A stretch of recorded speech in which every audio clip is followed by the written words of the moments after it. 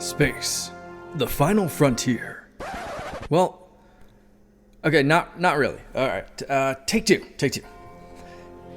Here in the Mitten State, welcome to Code 47, bringing you all things Star Trek, spanning the quadrants, the best thing since the neutral zone.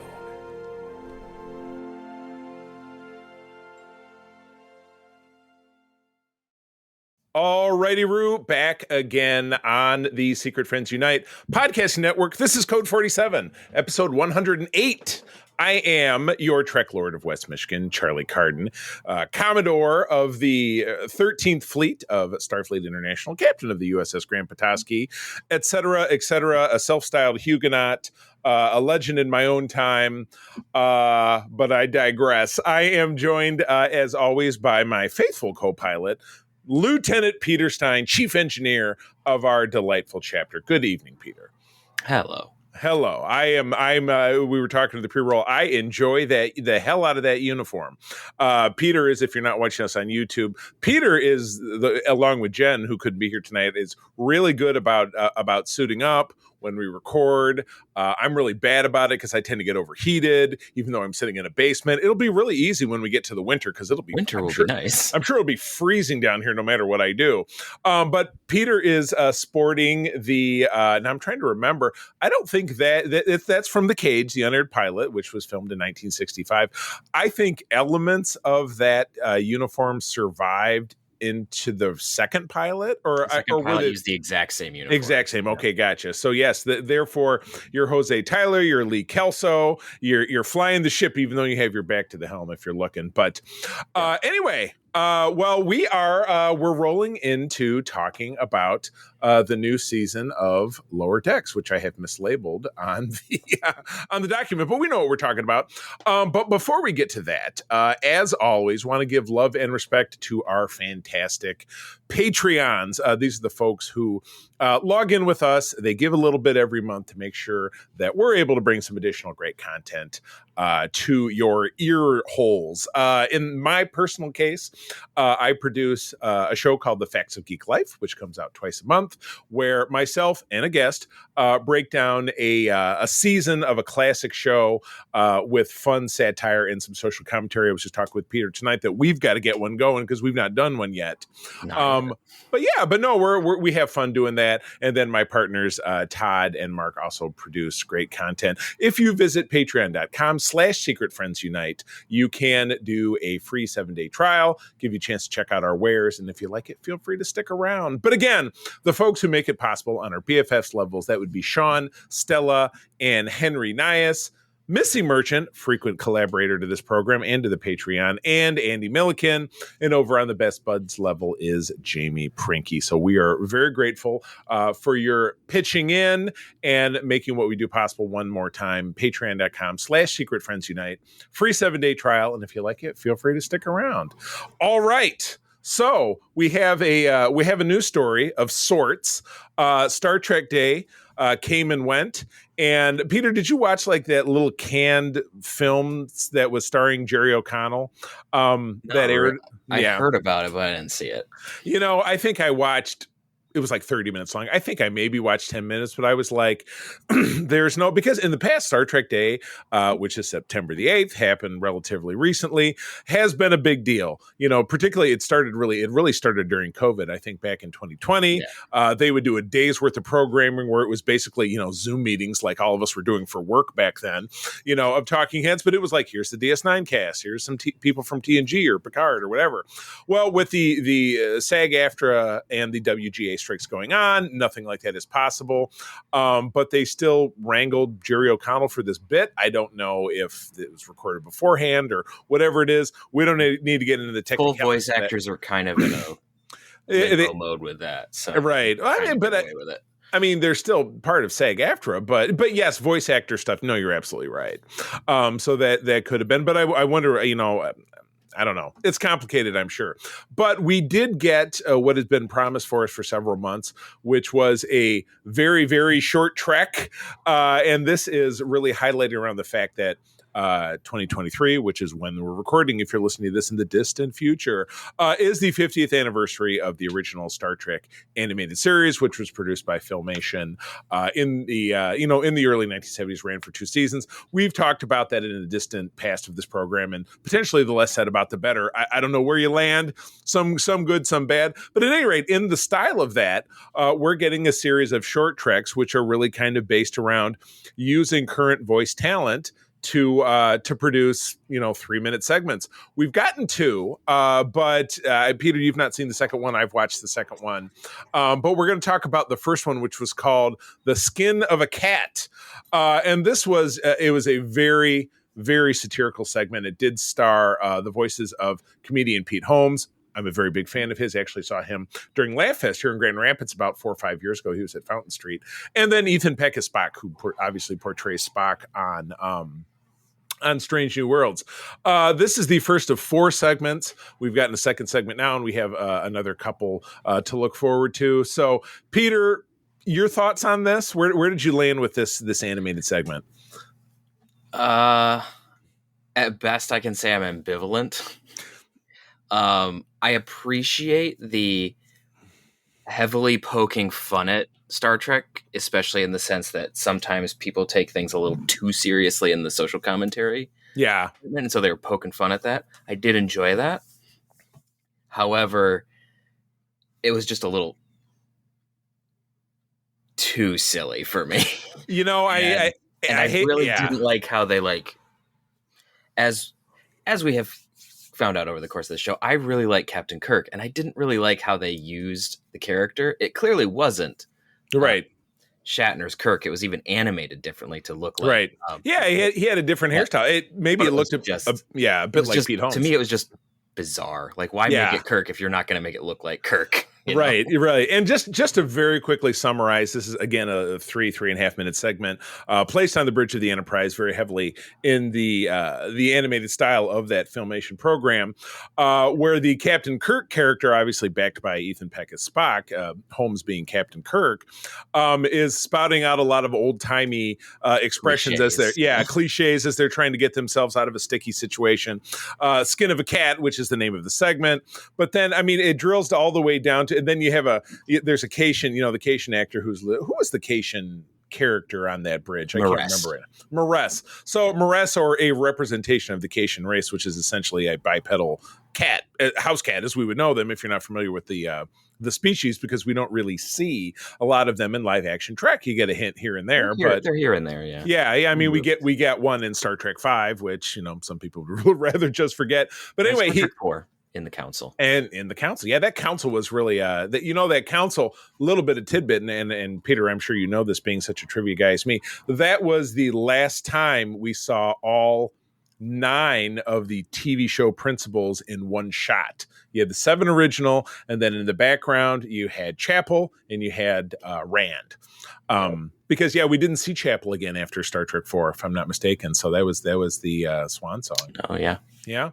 But anyway, yes, we're a bit off topic, which is something that we do here. But it got to the point where he would say skin of a cat. Then he would say something else. Yeah, it's all screwed up. So he had a guy who had a screw for a head. And then what was the butt one? I'm forgetting, because the other guy standing next to him had a butt for a head or something. I don't know. It was something about being a butthead. I don't know. Yeah, exactly. It's just stupid. And it's I too enjoy funny ha-has. Most of the podcasts I listen to outside of listening to our own stuff are comedy based. So I enjoy comedy a lot, but this was just a little too it was very shticky in a way that I didn't really dig on. So I don't know. And I watched the second one, and it's kind of a gross out. Ethan Peck stars in it again. Hemmer returns. So I like him. Yeah. So we'll talk about that in probably the September 27 segment when we record again and we come out again in a couple of weeks. But yeah, I just don't know. I don't know. It's nice to see new content. We're going to hopefully get Discovery early in 2024. But as you and I both know, that's it.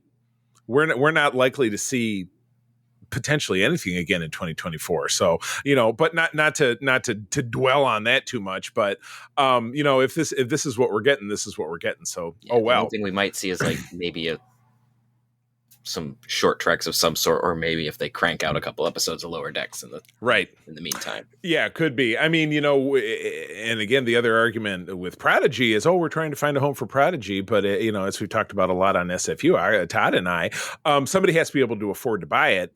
And these studios are starting to feel a pinch. They don't have the money. So I'm very curious to see kind of where this evolves. But yeah, animation is kind of the focus. And I chuckle at both the end of this segment and then the one that just came out. They say, discover Star Trek animation, Star Trek the Animated Series, Lower Decks on Paramount Plus. No mention of Prodigy whatsoever, even though the series itself does at least exist because you can purchase it. But I'm curious if that makes it canon anymore, or I would think it would be, because canon in the Star Trek parlance versus Star Wars is, if it's been on screen, it's canon. They haven't necessarily contradicted that to a point that I'm aware of. So I am kind of curious where the big fish regards Prodigy as being anything anymore. So things that I'm sure that we will learn more about as time goes on. So, okay. All right. Well, let's move on from that, and let's talk about the new season of Lower Decks. So, I was just retyping it as Slower Decks. Oh, that might be the name of the episode. Slower Decks season 4. There, that might be it. So anyway, yeah, this is a program that, listeners of the show will know that I've had kind of a weird history with. I loved it a lot, but there was a time a little while back before Peter came along, I had a couple of co-hosts who really disliked the show, kind of really colored the way I felt about it. Peter came along, was joined by Kay, and you guys really, both just were relentless. You bet. It was, if you're familiar with the Neil Diamond / the Monkees classic, made famous by Shrek for your generation, Peter, I'm a believer. You guys made me a believer. Absolutely correct. So this show came back, and now in its 4th season. It's so weird to think that it's been around that long, but no, we got it in the fall of 2020, and now it's 2023. So 1, 2, 3, 4. But yeah, we're going to be talking about 2 episodes. And the first of this is a little weird one for you, Peter, since I know this isn't your favorite series that they spoof, but I am interested to hear what you think. But I'll read it. Season 4, episode 1 is Tuvix, TWVIX, an obvious pun on the Tuvix season 2 episode of Star Trek Voyager, which is the topic of this parody. The Cerritos ensigns must assist a caretaker on the voyage of a historically significant starship, which is obviously Star Trek Voyager. Even in the puns, even in. So yeah, I just rewatched this today. I have actually seen the first 8 episodes, thanks to the good folks at Viacom Paramount. Want to give them a shout out for giving me the preview and renew. This season is fun. This episode does set up a through line that it's going to continue on with a kind of overarching, enemy that we're going to catch up with. So anyway, all right, Tuvix. Now, Peter, when it comes to Star Trek Voyager, you're not the world's greatest fan. And I'm really bummed that Jen was not able to be here. She had it complicated because she's kind of Voyager's greatest fan, particularly on the show. So instead of that, we get you, which I'm very happy about it. But I also love it when you and Jen are on diametrically opposed sides of anything. It creates good programming. So, but we will do the best we can. So talk to me about how you're feeling about this episode. I actually really liked this one. Yay! I generally like Voyager may not be my favorite show, but I quite enjoy Voyager. Yeah. And so it was just like when they, revealed the ship with the musical score motif and all of that. Like one of the things that really sticks out to me in Lower Decks is how much they love the spaceships. Yeah. Yeah. They're all fanboys. They really, they love every the starships, every bit of being Starfleet. The way that they rendered the ships, the way that they rendered the interiors of the ships, like they're all very, very detailed. They got in trouble on Strange New Worlds when they rendered the animated version of the opening titles because it was too realistic. So these guys just really love that. But I thought it was quite entertaining how they're like bringing the Voyager now set up as a museum to take it to Earth for like basically hey, look, it's now set up as a museum before it goes off to the Fleet Museum that we saw in season 3. So that's just kind of fun. You have a little bit of Boimler's like doubting his ability to do anything, but also doesn't want to get a promotion because he doesn't want to leave his friends behind. Right. That's some character development there. Yeah, I do like how they, and again, there was a great scene. Naturally, like you would expect, they end up, it's not like, oh, it's going to be very run of the mill. They end up in a situation where the Voyager itself is the issue because apparently nobody cleaned Voyager up after it somehow returned. There's a macrophage. Somehow there's the stuff that causes the transporter. Yeah, exactly. Because you have Billups and Dr. Tana have to beam back to the ship, but the Tuvix flower orchid landed on Billups' boot. So when they beam him, they turn into a merged character, and then they do a nice job turning that into like not only a super punchline ripping on the whole Tuvix thing, like she just straight up murdered Tuvix, don't you? Mariner says at one point in reference to Janeway. Boimler said that. Yeah, but then they just and also nice shout out to their appearance on Lower Decks last season, which was a lot of fun. Oh, that thing that we're not supposed to talk about. Yeah, Voyager, not a big deal. Yeah, exactly. Like that Pike thing we're not supposed to talk about. Exactly. But they turned it into a nice ongoing spoof where they start the same transporter accident happens with Dr. Miglimo and the captain's like, no, start doing it on purpose. Yeah, then they're just like, no, we're going to do it to everybody, which totally gets out of control. And then of course our people have to find a way to kind of correct the situation, which they do. And at the end, a giant meat blob, thus absolving them of all moral responsibility. All moral responsibility. Yeah, T'Lyn, who we obviously met her last season. We found out in the season finale that she was going to be a provisional officer, the return of the little Voyager lozenge, which I'm a big fan of. But she joins kind of like they say in sitcom parlance, she joins the cast as part of the regular deal. So they all solve it together, and at the end of it, it's actual promotion time. There's a promotion ceremony. Everybody gets a promotion, including T'Lyn, except for Rutherford, because Rutherford's like, well, I guess I didn't get a promotion because I broke something and blah blah. He's still just very chipper. He's very can-do amazing attitude. Engineering stuff this time, so I don't get a promotion. Yeah. Oh boy. But yeah, no, this was a fun episode, and again, I enjoy Voyager. Obviously, we've talked. We're all the way up to season 4 of Voyager, which will start as we go through the cycle in our segment 2. We're in TNG right now, so we'll go to TNG. We're in the 4s right now, so we're in TNG 4, then DS9, then we'll be back to Voyager. I enjoy Voyager in a lot of ways just because I was there for the whole thing. I was in college when it was on, and I've talked, pretty plainly that there was a part of it I stopped watching and I came back to it. But this is very endearing. But yeah, I like it how they're all just so meta about everything that they enjoy about the world that they live in, that they're not just like Riker or Kirk or Picard. They're all just like, oh, we got to do this. They're very reverent, and they're along for the ride. They're enjoying it, where you don't just get that kind of enjoyment out of the characters in other series in quite that fashion. So I dig it. It's fun. Yep. It's fun stuff. So, all right. Any final thoughts before we move on to talking about episode 2? It was sad to see our Klingon friends from last season get blown up. Right. Yes, that was the big stinger, is that we now have a big threat that is a, little, kind of oddly shaped spaceship that just shows up and annihilates another craft. And that, happens in the next episode as well. And I'm not going to spoil it, but there's a potential that's an ongoing storyline. You will find out. But yeah, that was a bummer. Yeah. So those were our Klingons that we were dealing with last time around. Yeah. And then, we see Romulans in episode 2, which would be, I have no bones, yet I must flee.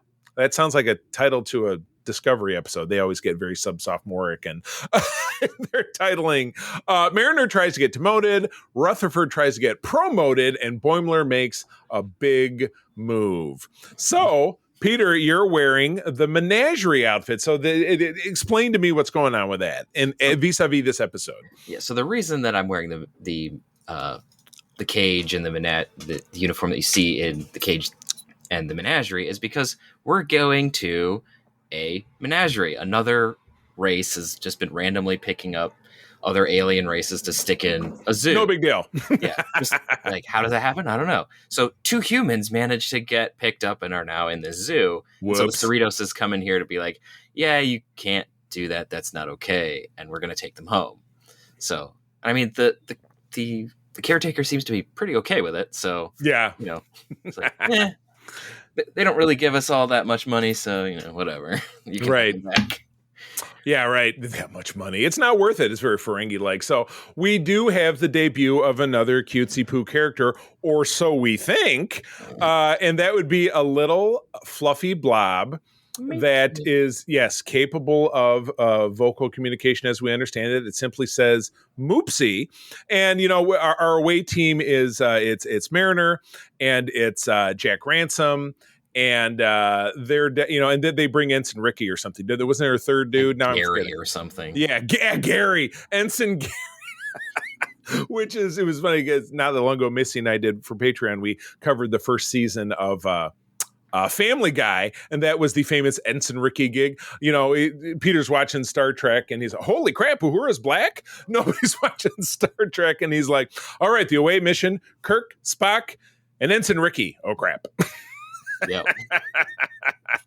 But yeah, so they're down in the menagerie, and yeah, they find, you know, Moopsie, the Moopsie character. Somebody bumps open the door, which we later find out was not a plot by Mariner to get herself demoted, which Ransom thinks that it was. We also get a nice tag in the beginning of this episode, an homage to the Price episode of TNG, where you have Bev and Troy in their very famous workout outfits, but we have Ransom and Shax in those same no, please. Yes, it's the stuff of eyes nightmares. Were bleeding.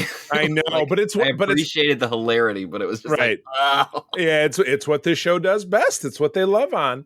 But yeah, Moopsie is like, you know, the Moopsie critter, just as Moopsie, but you know, gets free of its enclosure and gets into the enclosure next door, filled with these like scary razor beast things. And what Moopsie does is Moopsie opens its big razor tooth mouth, jumps onto one of the creatures, and sucks the entirety of its bones and organs up and eats them. Liquefies its bones and sucks it away. Which leaves it just a skin. And she gets married and saying, holy fuck! Proper response to something like that. Right. Very unexpected. But yeah, so Moopsie chases them around the museum. And naturally, you know, they find a way to get it back in. And, you know, it's revealed that Moopsie... Mariner punching all of... Right. Ransom's teeth out. Yeah. Punch all his teeth out so that they can use it like a trail of breadcrumbs, get him back. So... this was a fun one, I thought. I mean, that's my take. That was good. But again, you know, focusing on the character development, you know, everybody's looking at the advancement in ranks in different ways. And at the end of it, you know, Rutherford gets his due. Now everybody's a lieutenant. Lieutenant JG. Boimler new quarters. Yeah, exactly. Through the whole episode. And then comes to find out, my first set of quarters, I could just dim the windows. Exactly. Everyone knew that the minute you did that. Yeah, exactly. Yeah, there'd be no way that'd be a usable room if it's always red. Yeah, so it was pretty funny though. Yeah, I know. I think so too. So I enjoyed it. Your thoughts, Peter, outside of what we've already talked about? I thought that this was another great episode. Yeah, I thought that it was kind of cool. I mean, they did it in the Lower Decks style, but I thought it was fun how like Mariner is trying to like sabotage herself purposefully. Right. She believes that her commanding officer is going to like just demote her for no reason. And then Ransom is just simply like, yeah, I know that's what you're doing, but I'm not going to do that. Right. And so I really liked how they like, yes, Ransom is still like a meathead and a jock and all that, but like he's got her back and he wants her to do well. So I like that dynamic has gotten better. Yeah. In this season. Yeah. Most definitely. Yeah, no, this is fun. And again, in continuing the through line of the mysterious annihilating alien, we get a nice segment at the end with Romulans. And it's funny because you have the two officers who are cleaning up from a Romulan torture chair. And one of them's like, oh man, why are we always on cleanup duty when we're torturing a Reman and you see him throwing body parts into a bag? Ugh. Yeah.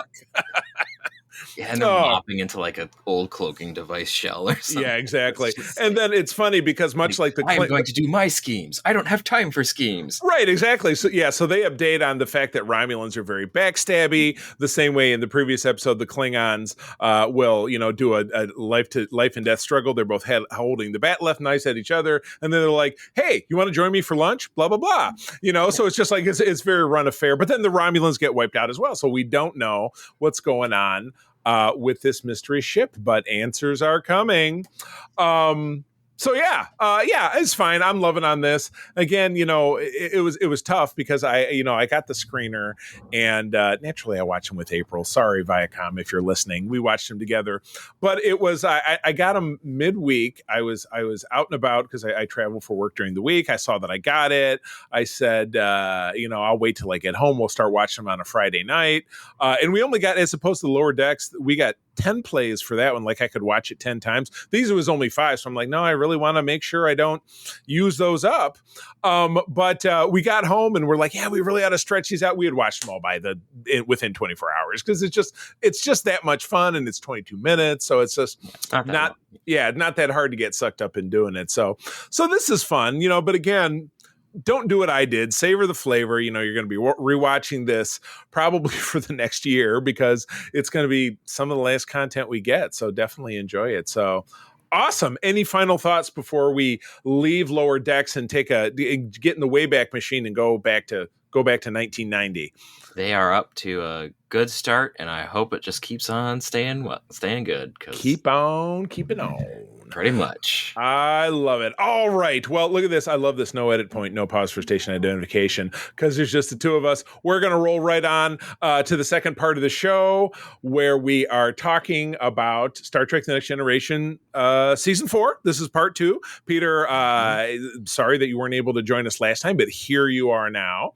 So we're going to launch into talking about 7 episodes that kick off or that continue the 1990 to 1991 season. And Peter, if I do my math correct, this is right around the time you were born. You were born in the early 90s, in between season 4 and 5. Yeah. Oh my goodness. You know who else was born between season 4 and 5? Gates McFadden's son. I remember that just because I read in that episode that she did, the Remember Me, where she had to do the stunt where she's hanging on the back of the chair. I was reading and I had that. I had that big, right. Yeah. I had that big blue Star Trek: The Next Generation compendium. The first one was blue. The revised one was red, and I think the final one was burgundy. So I had the blue one. It was when I was in high school that said, "Yeah, Gates McFadden found out the next day that she was pregnant, and her son Jack was born, in the summer of '92." So there you go. You kindred spirits. But anyway, yeah. So this was during a period of time I was in high school. I was not actively watching the show at this point. I've mentioned it before. I probably hung in there for the best of the both worlds, but it wasn't until early in season 5, and I have no idea what it was that clicked with me because I had been a Star Trek fan, since I'd seen Star Trek 4 when I was 10 years old in 1986. I don't know what made me finally go, oh, I want to watch this all the time. I'm all about it. But at this point I wasn't, which is a shame because certainly the first part, I should say the first quarter of season 4 is fantastic. When Jen and I were talking about it in our last episode, almost every episode we had a terrible time trying to figure out picking a best and worst. But best of both worlds, exactly. Stuff. You had Legacy but we start to see a couple of cracks here. But anyway, I'll kick it off. Episode 7 of the season is Reunion, directed by Sire Jonathan Frakes. Story is Drew Deegan, Thomas Perry, and Joe Perry. But not Steve Perry. That's a Journey reference, which you don't. Oh, you got it. All right. Oh, thank you very much. Teleplay, Thomas Perry, Joe Perry, Ron Moore, and Bran Braga. Now, of all of those names, Ron Moore and Bran Braga are the ones that stand out. I couldn't tell you a damn thing about the rest of them. But again, you have Ron Moore, who's the guy who shapes all Klingon methodology, and then Bran Braga, who goes on to shape that much more of Star Trek and following series. From November of 1990, Worf's former lover, which it's just a weird way to say it, returns. Yeah, along with Picard, the two mediate a Klingon power dispute. Worf discovers more family. That's a weird summary. That's a weird way to put it. It would be more it's like Worf's fling yeah, it's like returns with a son that he didn't does know that he mean had. he like meets his third cousin? I mean, yeah, Worf's third cousin. Like, oh, I think we have a new name for the episode. Worf's fourth cousin, Gowron. Yeah, right. Oh, Worf's fourth cousin. All right. So, so this starts. This is a fairly important segment. It kicks off something that is going to be influential, not only for the rest of the series with Klingon intrigue, but that will then bleed over into DS9. But it's very important for Worf's character because we're introduced to the fact that Klingons age a lot faster than humans and sometimes a lot slower than humans. Like they age really rapidly to a certain age, and then they slow down and age really slowly, because if you think about DS9, we saw Kang, Koloth, and Kor. They were in their hundreds, but they were good. They weren't like in wheelchairs or whatever. But Alexander, I read Alexander's Worf's son. Sorry. Yeah. Alexander would have been born in the early to mid third season, right around the episode The Booby Trap, because in a later episode of the series, he gives his birth date in a star date. So in this, that would mean he should be 6 months old by human standards, maybe a year, not quite a year, maybe around a year. And he's clearly somewhere around like 4 or 5. Yeah, he's around 4 or 5. He's articulate. He's, in the preschool or whatever. So that just proves that again, but again, we're slapping it against human standards, even though Kalar is part human, making, if she's half human, that makes this kid 1/4. So he's 1/4 human. Yeah. Yeah, 1/4 human. Sorry. Yeah, 3/4 Klingon. He looks perfectly Klingon. I mean, even though I believe in this appearance, he's played by a young man named John Stewart, who I believe passed away not that long ago under somewhat auspicious circumstances.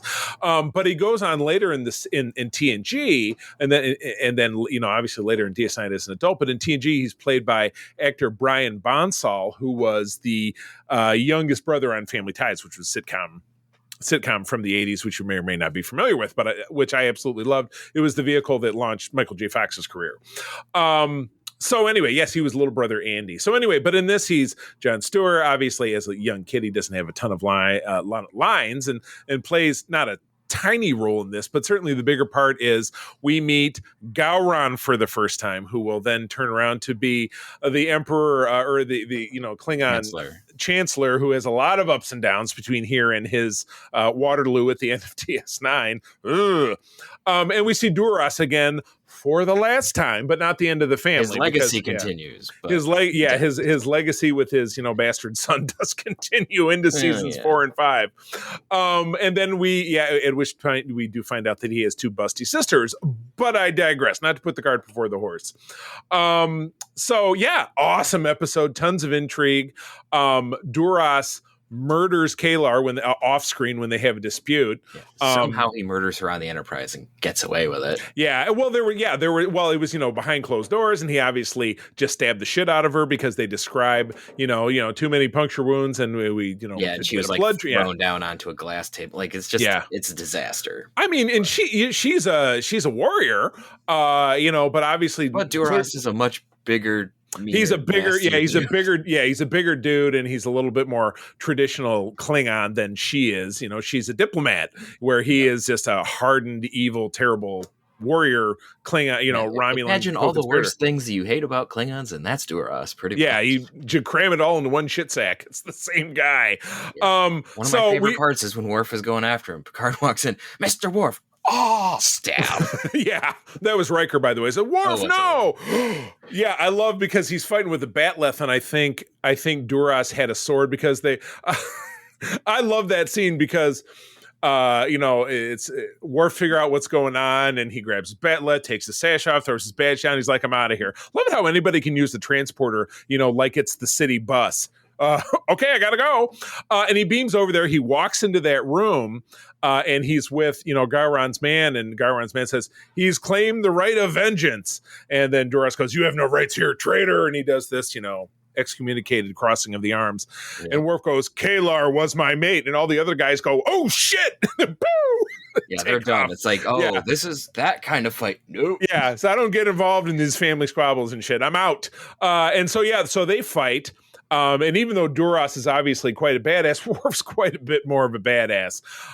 Even though, Duras is like, oh, I'm the only one who can clear your name, and Worf's like, fuck you, dude. And then he knocks him down, and then the door opens. Riker and Data and Ensign Ricky have shown up to stop him, and they go, Worf, no! And you just see Worf do this nice big swing, thump. Yeah. And then just Right you don't see him plow it into Duras, but then you just see Duras's body go slump. And Worf goes, nice big exultation. So killer episode. Absolutely loved it. You got all the highs and lows. You also get Worf when he's having a conversation with Alexander. At the end of it, Alexander gets sent off to live on Earth with Worf's parents because, I guess he didn't want to have a kid around to cramp his style. I didn't want to have a kid yesterday. I don't want a kid today. But he does get in a very Darth Vader like, yes, I am your father, when the kid asks, are you my father? Yeah. So delightful. So anyway, yeah, I dug it. Great episode. Also, it brings in one of my favorite characters, Gowron. So I really, really like Gowron. Gowron actor Robert O'Reilly will be one of the featured guests at Grand Rapids Comic-Con, where Peter and I will both be in just 6 weeks. Man, that really just creeps up on us. But that's our local con here in Grand Rapids, Michigan. We've had a presence there for a number of years, and we always get along quite well with the Star Trek guests. So we have him, and we have J.G. Herskler, who is General Martok. So I'm very excited. I've interacted with him on social media, and I've met Bob O'Reilly. He was on, I said Baba O'Reilly, which is a song by The Who. Robert O'Reilly, or as I like to call him, Robert O'Gowron, met him on the cruise. He hosted a trivia night that I won, so I got to get up and shake his hand and all the different stuff. So cool dude, big eyes. That's kind of his claim to fame. His thing. That is his thing. All right. Moving on. What do we got next? All right, episode 8, Future Imperfect, directed by Les Landau, written by J. Larry Carroll and David Bennett Karen. Aired November 10, 1990. Riker finds himself 16 years in the future. His memory of the interim is erased by a dormant virus. How convenient. I love that this episode gave us a really cool uniform variant. It was our first badge that also signified rank, which became more of a thing in Star Trek Discovery. Because you got and Peter, I know that Fansets has made that badge. Do you have that one? I have 2 of them. You have 2 of them, yeah. I have the captain's one, which I'll toss on every once in a while, even though that's the captain and the lieutenant one. I think they like getting a couple of the other ones because the color to signify the hat is cool. Yeah, to describe it, if you're not seeing the episode, it's your Starfleet chevron with horizontal bars behind it, which are colored gold for a solid rank and colored silver for a half rank, like a JG or a Lieutenant Commander, and black for nothing. That's all the crewmen who are walking around with just 4. Yeah. Yeah, and that was, and that was something that was always kind of nice about to take a sidebar and talk about uniforms. Always drove me nuts, particularly with the uniform you're wearing. There's no signification. There's stripes on the sleeves of that. On the cage, there's these don't really mean anything. Yeah, exactly. But in TNG, everybody wears the same uniform, and rank is denoted by pips. A solid colored gold pip or a hollowed out, black and gold pip. But the enlisted people all wear the same uniform. If you are a senior NCO, like a chief petty officer, whatever it is, though it does evolve into DS9 where they get little embroidered patches that they wear in their neck. In that period, I just flipped this badge all the way upside down. Oh my goodness. Reliable magnet. But everybody wears the same uniform, so I could just look at someone without a thing and say, hey, petty officer, blah blah blah, or if I know them, crewman, something. But anyway, I love that. And when that same badge returns in season 7 in the episode Parallels, where Worf is dancing between realities, that badge returns, but it's matched up with pips on the collar, which I kind of prefer. I like it when they have both. Yeah, exactly. It's pretty cool. So, but anyway, so it's funny. It's, when you're like, it's 16 years in the future, which of course the show carries on, because if this is the year 2367, you add in 16 years would be 2374. 4 or so, which is during DS9. Yeah, exactly. So yeah, it's pretty obvious this is fake because none of the technology matches up. But yeah, during that time, Geordi doesn't get promoted at all, or he gets one promotion and he has normal eyeballs. Yeah. Yes, he does get eyes. Data gets one promotion and a red uniform. He's the first officer in this scenario. And then, Worf takes an admiral. Yeah, Picard becomes an admiral. First time that we see Deanna in regular duty jumpsuit, which becomes the norm for her in middle of season 6. She gets out of her cosmic cheerleader outfit once and for all. And then Worf is operations. He gets a promotion, but he has a scar. And it's interesting. So obviously the whole thing is a flim flam. As Riker goes through this, he figures out that it kind of makes sense, but it kind of doesn't. And then he has a son named Jean-Luc who is showing, and then a late wife, and her name was Min, and that must be short for something or other, but figures out as he's watching the video of her that it's this holographic girlfriend he had back in season 1 in a holiday program. So that's when he knows the whole thing is BS. And then that turns into a sub program where he's captured by Romulans. Then he figures out that's BS. And then this kid, Jean-Luc Barash, who looks like, one of the aliens from that book Communion from the 1980s, says, my name is Barash, and he does this. He does the Purple Rain. And then, he beams up with Riker. And then he is never heard from again. So I'm assuming he dies in the transporter. So whoops. Either that, or we're going to see some Lower Decks reference to him. You never know. Oh, that's a lot of deep cuts. So that seems pretty far on. I enjoyed this episode. I think it's a pretty perfect Star Trek episode. A little bit of mystery. How could they do this? How is this going to work out with the rest of the show? But for any experienced viewer, I think you probably pretty much figure out early on that it's kind of bunk. It's not really the way it's going to work out. So, but yeah, I enjoyed it. I thought it was a good ride. I always like uniform stuff, as I've obviously been blabbing about it for 5 minutes. That's just kind of my thing. I thought it was fun. Yeah, it's a great episode. And one of my favorite Romulans, Tomalak, makes an appearance. Oh, yes, it's a fake version of Tomalak, but yes, I always enjoy having him. As a matter of fact, we don't ever see him again. Because when we see him in the final episode, it's again an alternate reality. So yeah, yes, technically, yeah. So even though he's actually there, he's not actually there. Yeah. So it was a missed opportunity in Nemesis. They should have had him. Yeah, big time. Though that actor has since passed away. He might have passed away by that time. I'm not sure. No, he was still. He was. I think he was well and truly retired at that point. Yeah, because he went on to be a big character. Was it Jakar in Babylon 5? Babylon 5, that was another one of the big roles. Even though I'm not a fan of that show, I am aware of it. All right. It's good.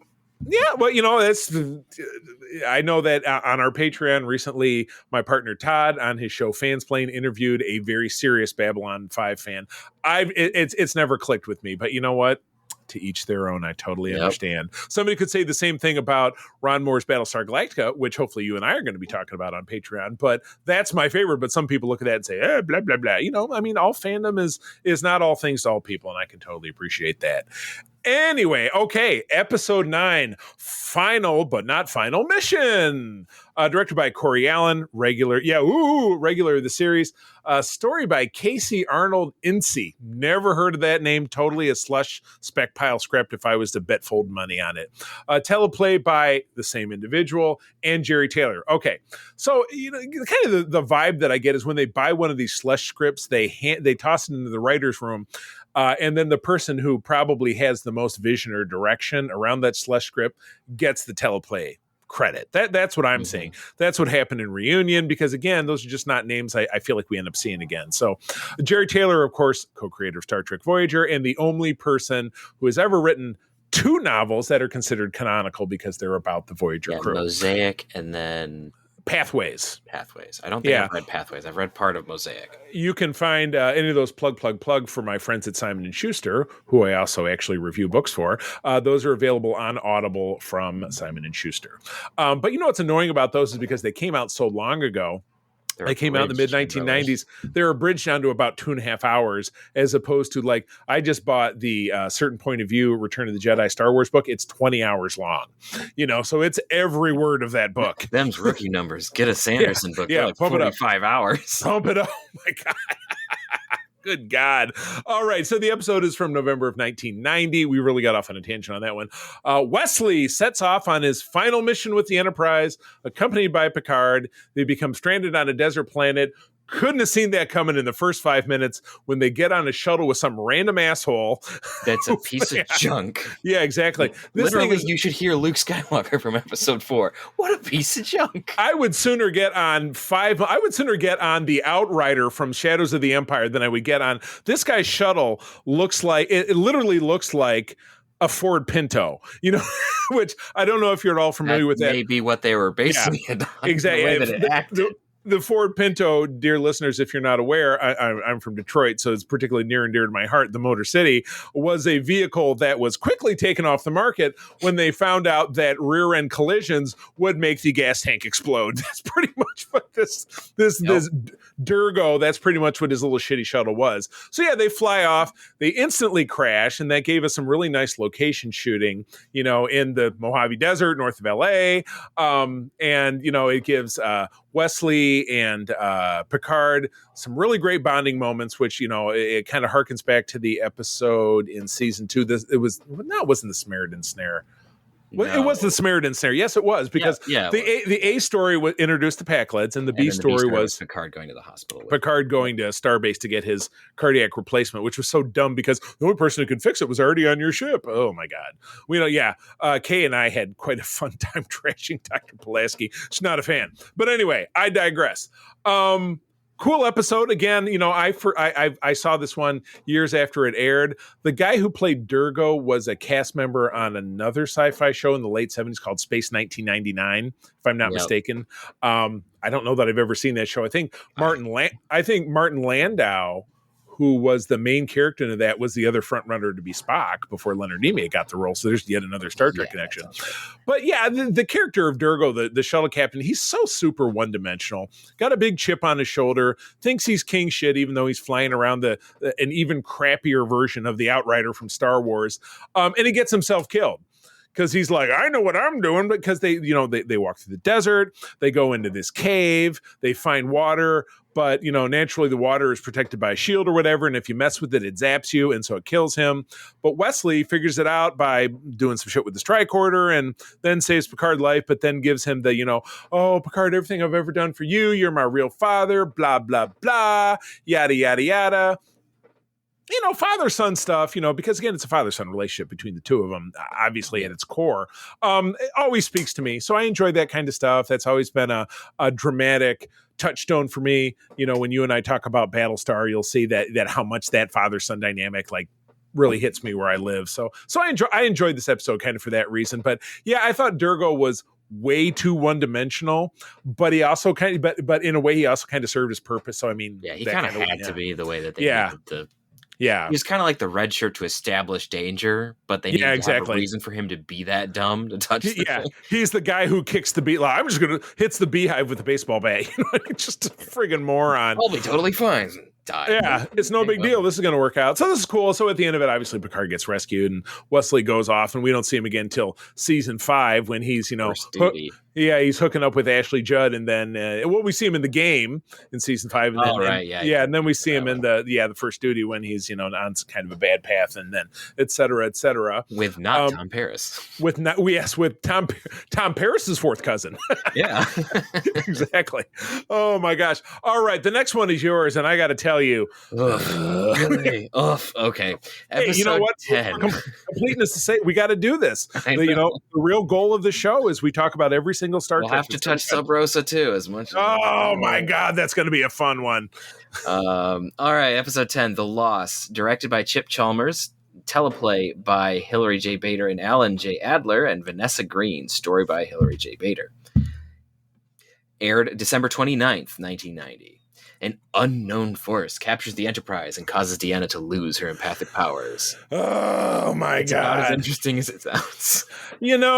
My biggest chip with this episode, no disrespect to Chip Chalmers, who directed the episode, is that Deanna is just awful in this.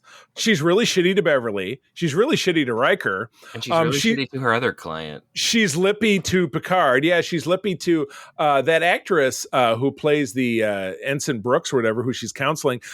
shows up again as another character in Generations as Picard's Nexus wife. So there you go. Right. There's a little trivia for you. But yeah, this is like what.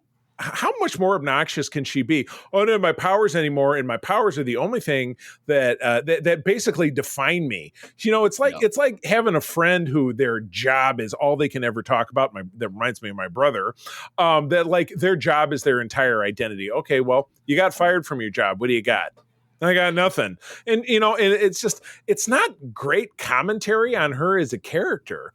No, you know, it really makes me strongly dislike her because I'm like, oh, okay.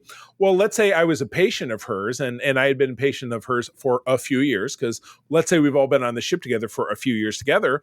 And she just dumps me because, okay, well, you know, any other counselor that you've seen, and even Picard says, you know, most captains don't have the benefit of having a Betazoid counselor on their ship. They just have a regular person. And she's like, oh, that's not good enough. I mean, she's saying that the only reason she's good at what she does is because she can sense people's emotion. That sucks. That's totally bogus. That's what you got on your CV. That's on your resume. Well, also, went to, like, she studied that in school and stuff. It just seems like a little... Yeah, I mean, this is in a season that has had a lot of hits. This is the first one that I think is just trash. This is bad. Now, keep in mind when we get later in the season, we do have Night Terrors, which is even bigger trash. But this was, I found Deanna usually gets the short end of the stick in TNT when it comes to the bad episodes. Yeah, but this was one of my least favorite of the series. Which is sad because Deanna gets a lot better in the films. Yeah, without a doubt, she does get some juicy stuff to do. But yeah, this was a dud for me. I was really disappointed how, you know, Deanna turns out being one of those people saying, "Oh, my job, and I'm so special because blah blah blah." That when she doesn't have that one thing, now I'm a vengeful bitch and I'm going to take it out on everybody. That's not cool. I'm just not down. I'm just not down with that. Yeah, I mean, there is something to it. Like, I've seen that happen to it, like, not to the same extent, but like, it's a thing that happens, but it just didn't really work for that particular character. So I get what they were trying to do, but it didn't really land. And the two-dimensional aliens were an interesting idea. Yeah, very Star Trek. I like it. It's been done a couple other places too. Yeah, I know that the Orville did it in like season 1 or 2. I'm sorry, what was the name of that show? The Wright brothers. There you go. I prefer that. So like, it's an interesting concept that two-dimensional beings, two-dimensional space interact with three-dimensional space. Yeah. But outside of that, like, it's just not a great episode. Yeah, big time.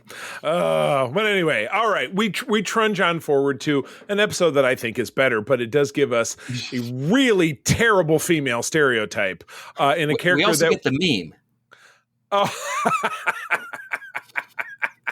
Oh, we were talking. Episode 11 is Data's Day. Robert Weimer is the director. Story by Harold Apter. Again, slush pile. Teleplay is Harold Apter, and polishing up this turd is, well, I know that's unfair, but polishing up this script is Ron D. Moore, who I was super disappointed about a week before we got out to Vegas for Star Trek Las Vegas. He canceled, and he was. Man. I would say, because I've met a lot of Star Trek people just doing shows and going on the cruise, but Ron Moore was one that doesn't really do shows.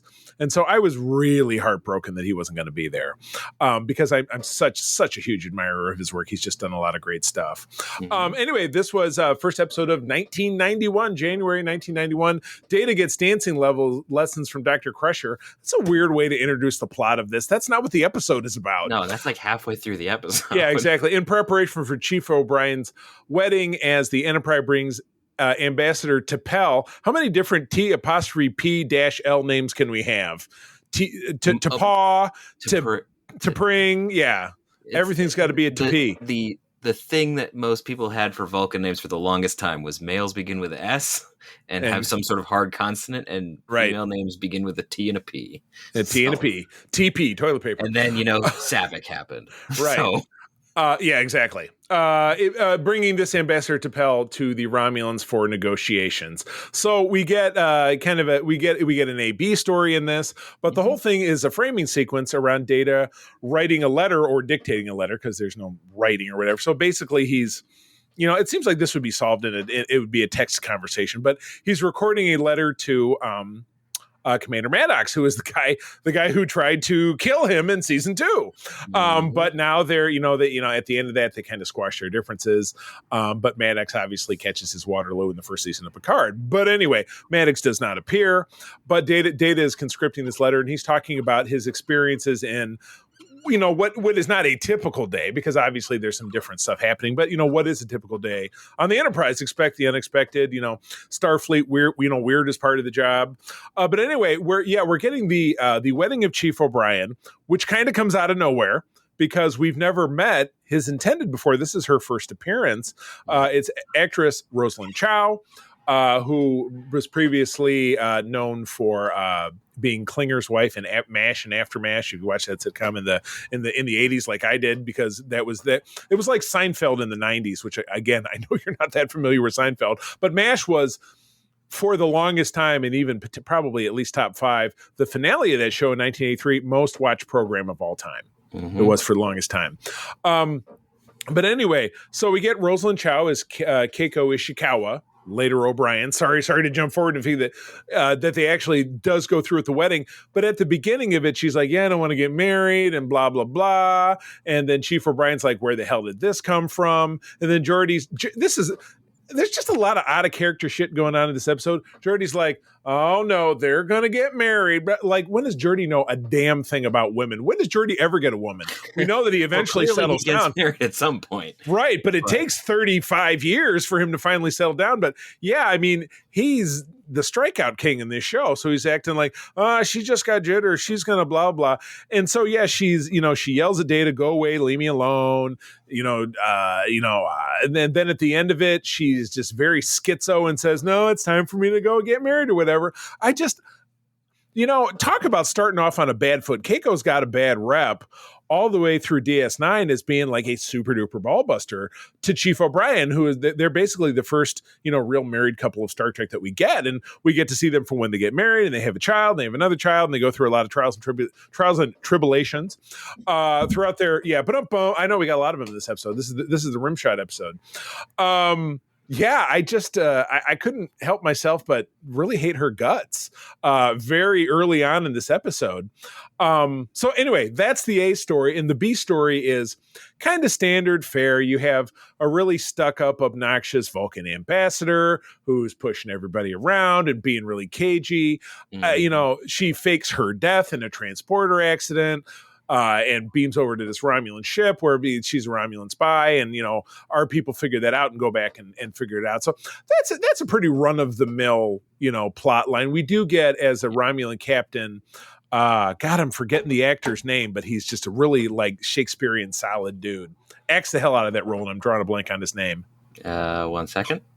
Alan something. Anyway, yeah. So I would give this episode. Scarfy. Alan Scar. There you go. Actually, his name actually came up. This is no joke. Weird little memories. I took my last summer term at MSU, so 25 years ago. I took a Shakespeare class, and the professor on blah, blah, blah, blah, dropped Alan Scarfy's name, and I said, oh, I know who that is, but I didn't say how, because I'm like, oh, and I'm a nerd, because being a Star Trek nerd back then didn't have the same cachet it does now, where we're obviously making millions of dollars making this show. This episode was like I don't know, this is a little flat for me. I can't get over minus. I can't get over how much I really hate Keiko, and that's maybe because, with the exception of my beloved April, I've had some bad relationships in the past with some really not nice women. Maybe it's PTSD for me for that kind of stuff, but I just did not care for the way she treats Chief O'Brien. She gets better, and then a little bit worse, and a little bit better, and a little bit worse. I don't know. Boo on Keiko. There's my message. She's a human. She does dumb things. Yeah, exactly. Correct. All right. Well, any other thoughts? We finally get to see Gates McFadden's dancing ability brought out. Yay. So that's kind of fun. But she is delightful. And she has a wonderful podcast, and I saw her again in Vegas. We'd met before at Grand Rapids Comic-Con probably 5 or 6 years ago. But I was chatting her up about a podcast that she has done 2 seasons of called Investigates, Gates, where she interviews her Star Trek co-stars, but absolutely nothing Star Trek related, just completely about their lives. And they're this, she had a great recent season where she interviewed Shatner, she interviewed Anson Mount, she's, talked to Brent, she's talked to Frakes, just a wonderful show. And she was telling me, and I've already forgotten, well, get in touch with blah, blah, blah, and tell them, you want to hear more of the show. So I hope, Gates, not that you'll ever hear this, that I sent an email. I believe I did. I did the same on Marina's behalf, because I said, Marina, we want to see you back on the cruise. And she's like, send an email to so-and-so. I definitely did do that. And I think I did with Gates as well. And maybe I Twittered or I X'd her over on X.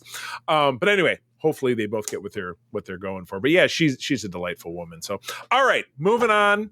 Episode 12, a winner, introducing the greatest of the greatest of Star Trek villainous races. And take it away. Marco Lamo makes an appearance. Yes. So episode as a fourth cousin.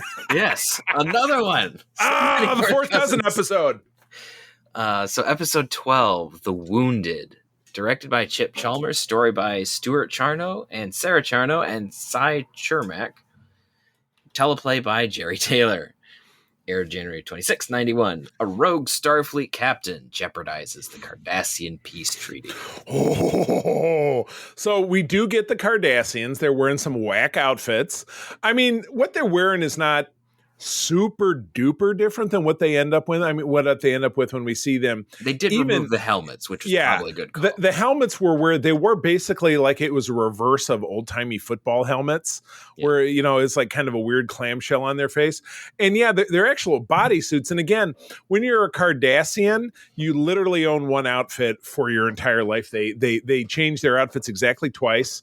I think this weird outfit and the one that we come to see regularly must have existed contemporaneously, because in DS9 flashbacks that are before this time, you see the traditional Cardassian outfit. So these must be like, culture being what it is, it's very likely that they have not changed anything militarily. In centuries. Right. Well, and you see how that ends up playing out for them. But this is great. We don't often get another Starfleet captain in a starring role, but we get actor Bob Gunton, who is the warden from Shawshank Redemption, an awesome film that aired after this came out on one of Stephen King's not only finest novels, but definitely one of it, probably his very best film adaptation. And I think, I think it's been considered his favorite. We watched it not that long ago, and I just forget what a great flick that is. And of course, it's on TNT on basic cable 5,000 times a year. So you trust me, even if you don't know if you've seen it, you've seen it. If you haven't seen it, you've probably seen part of it. Yeah. And if you haven't seen the whole thing, there's your recommendation for the week that's non-Star Trek related. Go see the Shawshank Redemption. Tim Robbins and Morgan Freeman. What a great episode. Oh my God. So you really get to see that, even, when we find out, we have a rogue Starfleet captain who's flying around in Cardassian space, blowing up Cardassian stuff, and nobody knows what's going on. So even from the briefing at the beginning, and we see Admiral, is it Hayden? And it's not the first, heavyset black dude, who we also saw in the episode The Defector, though it was a taped call he was listening to. Hayden reveals to Picard, Ben Maxwell is out there. Says Picard goes, Ben Maxwell, he's one of Starfleet's finest captains. And this is a great exploration of the fact that even the best of the best of the best of us are, in this case, still human beings, and we're still going to fall. Yeah, we're going to still, fall vulnerable to the cleavages of PTSD. Here was a guy whose whole family was killed by Cardassians. This is a year or so after the Cardassian peace treaty was signed, partially negotiated by Edward Jellicoe, who we will meet in a couple of seasons and not like very much. Yeah. But this is a moment to shine for O'Brien. I mean, the last act, when I think the second to last scene, once Maxwell and his ship, the Phoenix, is also the first Nebula class ship we see, if I'm not mistaken. He's broken loose and he's going to blow up another Cardassian ship, and O'Brien manages to beam over, and O'Brien, having served under Captain Maxwell in the past, they have this very tender moment where they sing a song together, and it's a tearjerker for me. This is a really good episode, and one of the things that's really nice about this one is it gives, I think it was one of the main reasons why O'Brien was tapped to go off to Deep Space Nine. It was because that character. They allowed this character to breathe in this episode, and he really held his own. Big time. I mean, he had more screen time than any other character in this episode, which you don't often get, certainly in this series. In DS9, we had this great extended rotating cast where Garrick would get an episode or Rom would get an episode, but it really did not happen in TNG because you had your 7 core people, and that was basically it. And then you had a few more, but it was primarily just them. Yeah. So this really ruled. So yeah, this was a strong entry, and again, Picard knows the deal, and he's having this conversation with Ducat's fourth cousin, who is Gul Macet. Yeah. And I think it's funny, even in the DS9 relaunch novels, it is established that they're related. But like I said, I've now changed the episode to simply the fourth cousins because we've made we've had so many. Picard knows that this guy's dirty as shit. You know what I mean? So he's like, yeah, go back to your people, Macet. Tell them, we know the deal. Fuck off. We know that you're up to nothing good. Yeah, exactly. Just get out of here. We still don't know about Bajor. Exactly. Yeah, that's right. The audience hadn't yet. Yeah, we find out about that. Though, we find out about it early in season 5 with the episode Ensign Row. But it's revealed that the Bajoran culture has been known to the Federation for centuries. It's revealed that Picard says, well, I remember in that episode, he says, I remember reading about the ancient Bajorans in my 5th grade reader. So they're well known. So a race that I think has been referenced in Strange New Worlds, if I'm not mistaken. So their text was referenced. Yeah. As was Cardassian, which was a little weird, but the Bajoran stuff. Yeah, absolutely. Well, cool. All right. Let's take it home with episode lucky number 13, an adaptation of a Star Trek Phase 2 script. Yeah. I think it's your turn to Oh, is it really? My bad. Episode 13 is Devil's Due. Tom Benko is the director. Here we go. Story by Philip Lazabrinick and William Douglas Lansford. These guys were probably dead by the time this came out because the script was 20 years old, was 15 or 20 years old at this point. Teleplay by Philip Lazabrick. Okay, so this didn't have any writing credit of the established writing team, which is maybe why it wasn't that good. Feb of 1991, a powerful mythic figure from a millennium previous returns to enslave a planet in accordance with a contract. However, Picard is convinced she is an opportunistic charlatan, words that don't get used. He says a flim-flam con artist. Barnum, PT, guest star is Marta Dubois as Ardra. Marta Dubois, previously known to, I won't say genre fans, but just fans of TV in general, as Magnum P.I.'s wife from Magnum P.I. The good one, not the one that's on now, which just looks really stupid. But my mom loves it because it's on CBS. Not that I have to come out and say it, but CBS is catnip for old people. That's part of my ongoing war, my ongoing ambivalent feelings about CBS as a network. Very Star Trek-y kind of story. There's a blah, blah, blah. Something's not what it seems.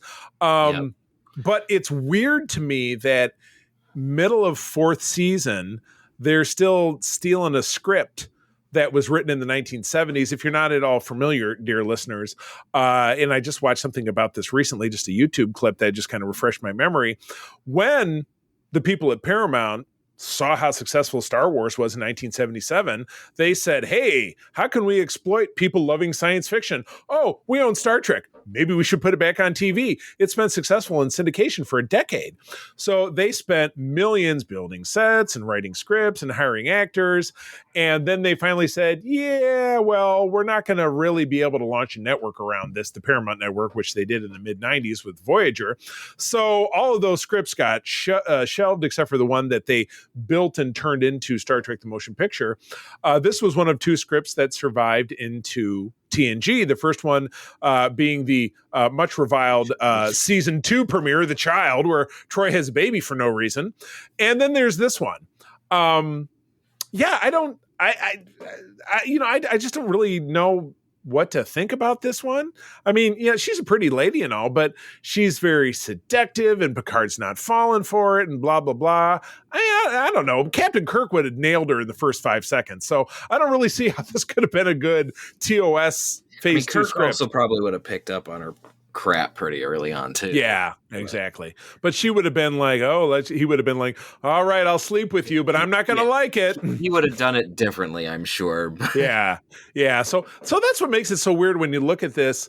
written by these two dudes who obviously wrote it back in the 70s. That there was clear. Philip Lazebnik rewrote it at Michael Pillar's request. Okay.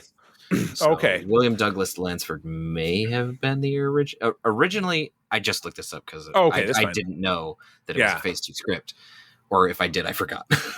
Sure, but it was originally a script idea written by Roddenberry. Oh, there you go. Gotcha. Which probably explains why it deals with the subject matter that it does. Right.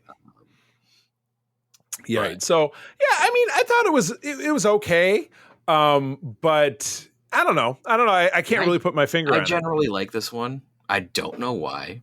Yeah. You see what I mean? It has a weird quality. I find this one funny. Probably mostly for me, it's probably because it's just the random crap of like, I am the devil, and then I am Feklar. You are not Feklar. Like there's all this, and he turns into this really ripped dude with a melting face. It's like, oh, okay, well, that's Feklar. Yeah, yeah, exactly. It's super gross. The Klingon devil, and yeah, exactly. Like, it's interesting to me how it's like it's clear that she's a charlatan, but it's interesting how they try to put the idea that the devil is this, cosmic being that just like flits across and harasses people. Right. And just like a lot of the same traits, like you have the attempted seduction, the threats, you have all these different things that go across. And then there's just a lot of interesting details in there that I find rather interesting. Also, how you have Data as the judge at the end because he's the most objective. He has no dog in the fight. Yeah, he's like, I have ruled. and then all of a sudden, Picard gets access to her whole bag of tricks, and then it just becomes even more hilarious because that's like, goodbye, Ardra. Come back if you can. Yeah, right. And she did actually end up having a return if you followed the DC Comics run of Star Trek The Next Generation, which much like it launched in 1989, same time as the second run of the TOS DC comic run, which was set during the film era between Star Trek 5 and 6. She did get a return.